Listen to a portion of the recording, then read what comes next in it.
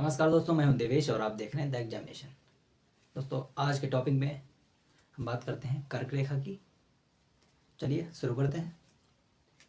कर्क रेखा। दोस्तों, कर्क रेखा भारत के 8 राज्यों से होकर के गुजरती है। अब वो 8 राज्य कौन से हैं? कर्क रेखा यहाँ से होकर के गुजरती है और इतने में ही भारत के 8 राज्य पड़ते हैं। तो 8 राज्य कौन से हैं, हम ट्रिक के माध्यम से समझेंगे। बड़ी बेहतरीन ट्रिक है। मिस्टर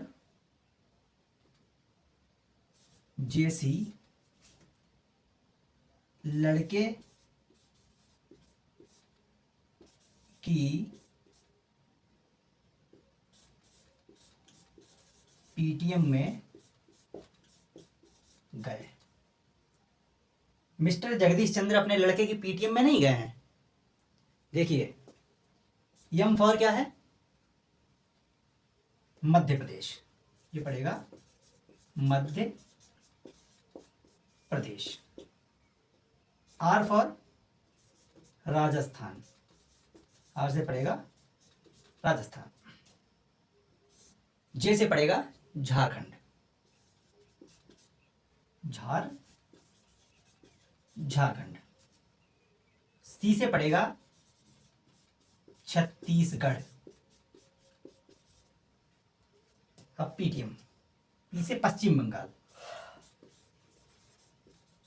पश्चिम बंगाल। यहां पर वेस्ट बंगाल को हम यूज नहीं कर सकते क्योंकि ट्रिक बनी है। तो यहां से पी से पश्चिम बंगाल, टी से है त्रिपुरा और यम से है मिजोरम। यही वो 8 राज्य हैं जिनसे कर्क रेखा होकर के गुजरती है। दोस्तों, कर्क रेखा भारत को 2 हिस्सों में बांट देती है। एक उत्तरी हिस्सा और एक दक्षिणी हिस्सा। उत्तरी हिस्से जो उपोष्ण कटिबंधीय क्षेत्र के अंतर्गत आता है और जो दक्षिणी हिस्सा है वो उष्ण कटिबंधीय क्षेत्र के अंतर्गत आता है। दोस्तों, ये पृथ्वी और यहां पर 0 डिग्री रेखा है जिसे हम विषुवत रेखा कहते हैं। विषुवत रेखा। और यहां से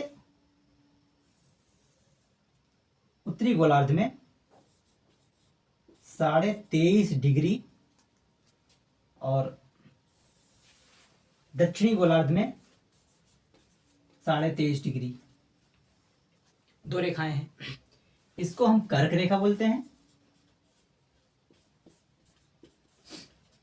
और इसको हम मकर रेखा कहते हैं।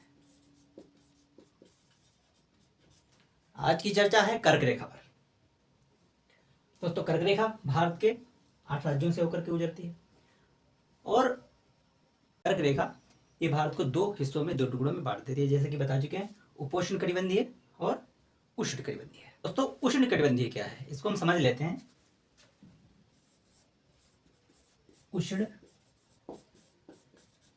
कटिबंधीय। उष्ण कटिबंधीय क्या है? कर्क रेखा और मकर रेखा, इन दोनों के बीच का जो क्षेत्र पड़ता है उसे हम उष्ण कटिबंधीय क्षेत्र कहते हैं। इस क्षेत्र में सूरज की जो किरणें हैं वो लंबवत पड़ती हैं, जिसके कारण इस क्षेत्र में सबसे ज़्यादा गर्मी होती है और 0 डिग्री यानी कि विषुवत रेखा पर तो भयंकर गर्मी होती है। ये गर्मी का क्षेत्र है, इसलिए इसको हम उष्ण यानी कि गर्म क्षेत्र भी कहते हैं। अब दूसरा एक शब्द है उष्ण कटिबंधीय और दूसरा अभी हमने बात की उपोष्ण कटिबंधीय। तो उपोष्ण कटिबंधीय क्या है? उपोष्ण कटिबंधीय। दोस्तों, 23 डिग्री उत्तरी अक्षांश से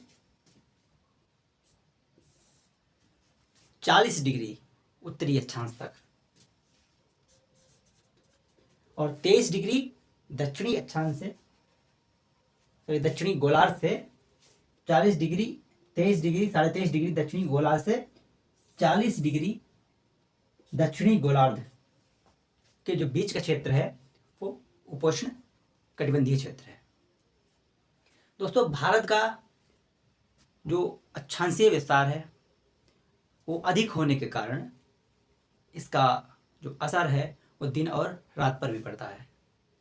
जैसे केरल में सबसे बड़ा दिन और सबसे छोटा दिन जो है, उनके बीच का जो अंतर होता है, अंतर वो सिर्फ 45 मिनट होता है, और वही जम्मू कश्मीर में इसका अंतर 45 मिनट होता है और ये 5 घंटे होता है।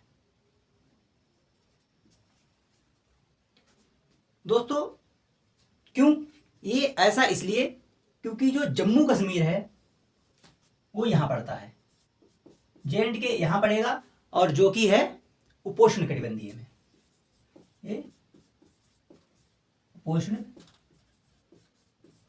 कटिबंधीय क्षेत्र में आता है। और जो केरल, तमिलनाडु, ये जो स्टेट पड़ेंगे ये उष्ण कटिबंधीय में आते हैं।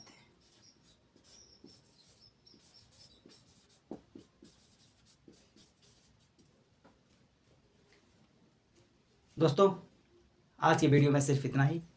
मिलते हैं किसी नए टॉपिक के साथ नए वीडियो में, तब तक के लिए